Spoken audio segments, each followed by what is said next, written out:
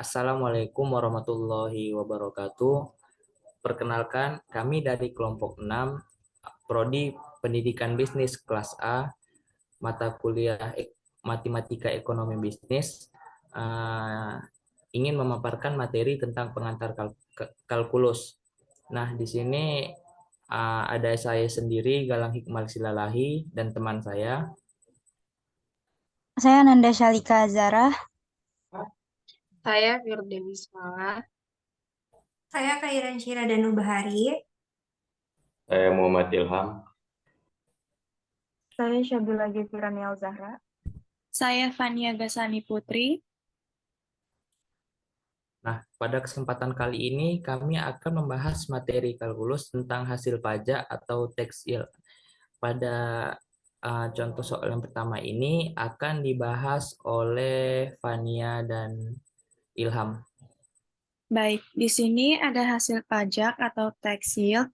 Analisis dasar penawaran dan permintaan menunjukkan bahwa dampak pajak per unit atas barang yang dijual di pasar kompetitif akan secara efektif menggeser jadwal pasokan secara vertikal sebesar jumlah pajak.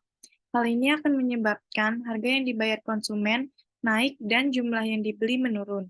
Perubahan total pendapatan yang dibelanjakan konsumen akan bergantung pada elastisitas harga tuntutan.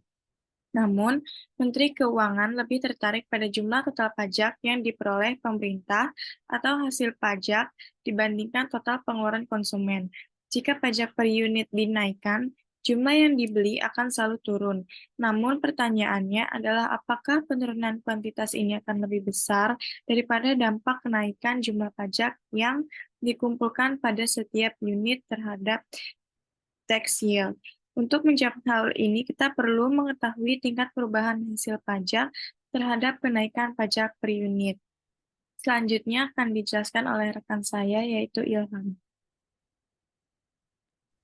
Baik, saya akan menjelaskan contoh soal 8.21.27.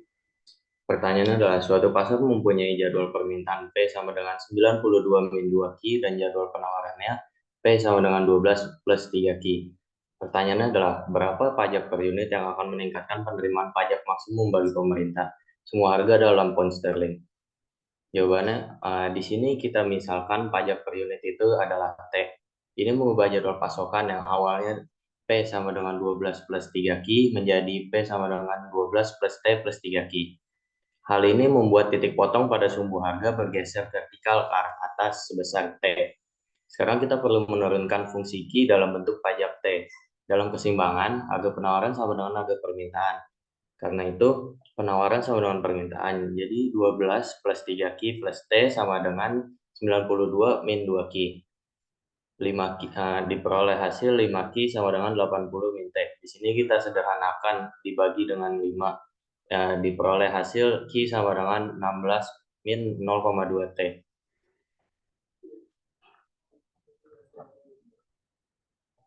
Oke, selanjutnya kita akan mencari hasil pajaknya. Untuk rumus hasil pajak adalah jumlah penjualan dikali pajak per unit. Jadi hasil pajak sama dengan jumlah penjualan dikali pajak per unit, yaitu 16 min 0,2 T dikali T. Di sini kita masih menggunakan T karena kita masih belum menemukan pajak per unitnya. Diperoleh hasil 16 T min 0,2 T kuadrat. Sehingga laju perubahan hasil pajak terhadap pajak per unitnya adalah 16 min 0,4 T. Di sini kita ketahui jika laju perubahan pajak Dulu, tanya, maaf ya, potong. Di sini kan tadi ada DTY per DT sama dengan 16 min 0,4 T. Itu 0,4-nya itu dari mana? di sini kita nyari laju perubahan hasil pajak terhadap pajak per unit itu pakai rumus turunan yang awalnya 16 T min 0,2 T kuadrat kita turunkan menjadi 16 min 0,4 T. Oke, paham. Boleh lanjut. Oke, di sini kita ketahui jika laju perubahan lebih besar daripada 0, peningkatan pajak per unit akan meningkatkan hasil pajak. Namun, dari rumus di atas terlihat bahwa semakin besar jumlah pajak, maka nilai laju perubahan turun. Oleh karena itu, untuk memaksimalkan hasil pajak, pajak per unit harus dinaikkan hingga laju perubahan sama dengan 0. Peningkatan lebih lanjut pada pajak per unit akan menyebabkan laju perubahan menjadi negatif dan menyebabkan hasil pajak mulai turun. Dengan demikian, laju perubahannya sama dengan 16 min 0,4 T sama dengan 0. Kita pindah ruas menjadi 16 sama dengan 0,4 T. Kedua sisi kita pindahkan ruas, jadi 16 dibagi 0,4 sama dengan T, diperoleh hasil 40 sama dengan T. Oleh karena itu, pajak per unit sebesar 40 pound sterling akan memaksimalkan hasil pajak.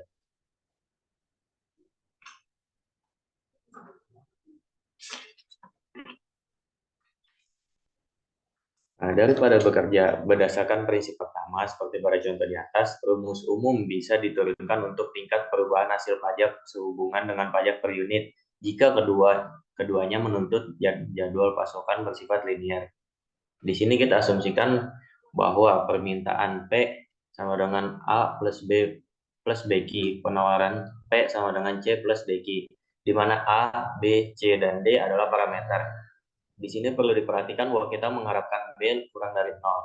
Dengan pajak per unit sebesar T, maka jadwal pasokan menjadi P sama dengan C plus DQ plus T.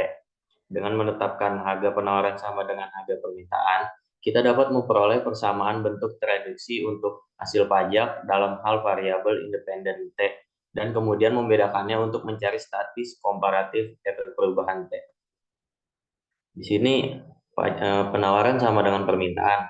Jadi C plus DQ plus T sama dengan A plus BQ. Lalu kita pindah ruas. Di sini Q buka kurung D min B tutup kurung sama dengan A min C min T. Lalu Q sama dengan A min C per D min B sama dengan T per D min B. Lalu hasil pajak sama dengan jumlah penjualan dikali pajak per unit. Sama dengan buka kurung A min C per D min B tutup kurung dikali T min T kuadrat per D min B. Lalu kita cari laju perubahannya dengan menggunakan rumus turunan. Diperoleh A min C per D min B kurang 2T per D min B.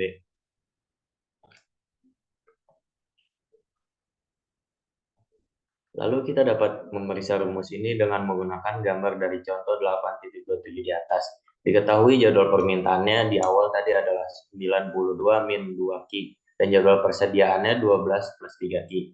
Maka A sama dengan 92, B min 2, C sama dengan 12, dan D-nya adalah 3. Lalu kita substitusikan nilai-nilai ini ke persamaan satu di atas. Yaitu kita peroleh laju perubahannya adalah 92 min 12 per 3 min 2 dikurang 2T per 5 sama dengan 80 per 5 min 2T per 5. Lalu hasilnya adalah 16 min 0,4T. Lalu selanjutnya kita melanjutkan dengan cara yang sama, kita mencari T-nya, yang dimana 16 sama dengan 0,4T, lalu kita 16 dibagi 0,4 sama dengan 40 sama dengan T.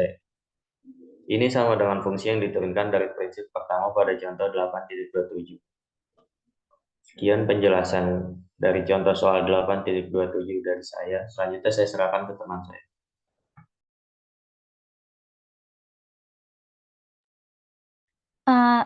8.9 pengganda Keynesian. Dalam model makroekonomi Keynesian sederhana tanpa sektor pemerintahan dan perdagangan luar negeri diasumsikan Y sama dengan C plus I, C sama dengan A plus B, di mana Y adalah pendapatan nasional, C adalah konsumsi, I adalah investasi, A dan B adalah parameter. Kecenderungan mengkonsumsi atau MPC adalah laju perubahan konsumsi seiring dengan peningkatan pendapatan nasional, yaitu sebesar determinan C per determinan Y sama dengan B. Perubahan pendapatan nasional dapat dipengaruhi oleh peningkatan investasi determinan Y per determinan I dengan rumus 1 per 1 min MPC.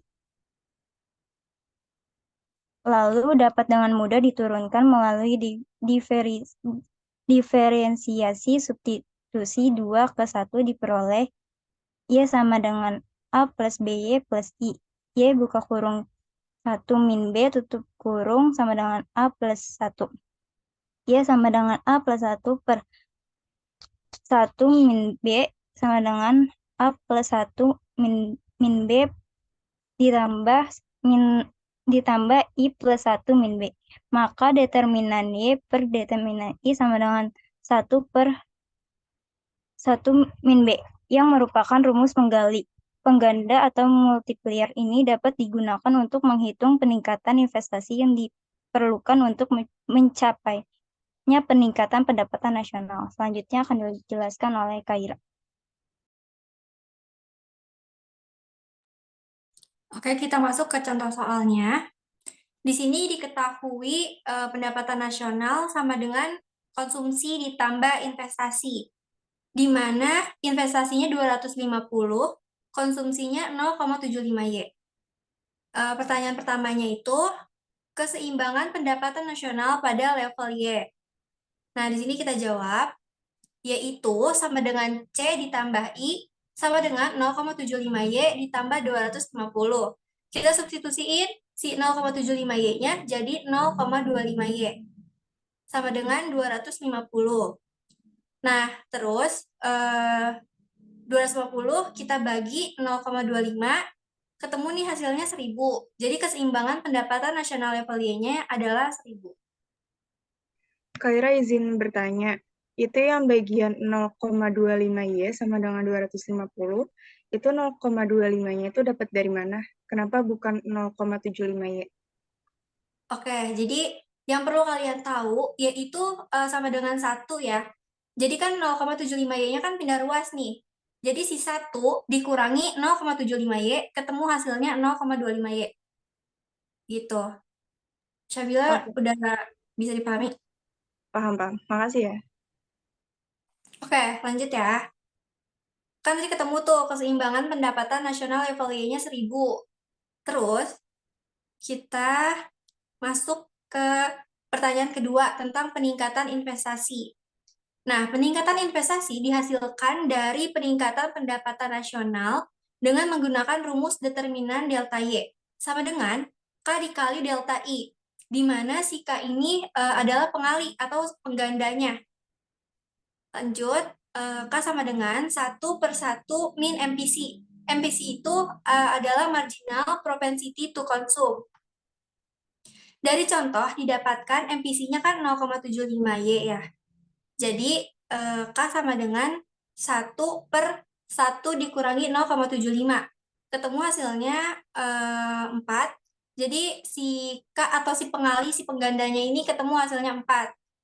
Jadi untuk melihat perubahan pada pendapatan nasional atau Y pada pendapatan nasional adalah dengan cara delta Y sama dengan 1200 dikurangi 1000, di mana si 1200 itu adalah peningkatan pendapatan nasionalnya yang udah tertera di soal. Tadi kan ada ya soalnya 1200.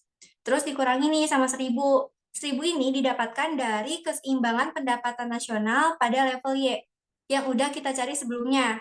Setelah dikurangi, 1200 dikurangi 1000, ketemu nih hasilnya kan 200. Lalu disubstitusikan si 200 sama dengan delta 4I, di mana si 4 itu kan hasil K tadi ya, hasil si pengalinya. Terus di sini kenapa bisa 50? Karena pindah ruas si delta I-nya ini sama dengan 200 per 4. Ketemu nih hasilnya 50. Jadi peningkatan investasi adalah sebesar 50. Oke, baik, segitu aja penjelasan contoh soal dari 8.28.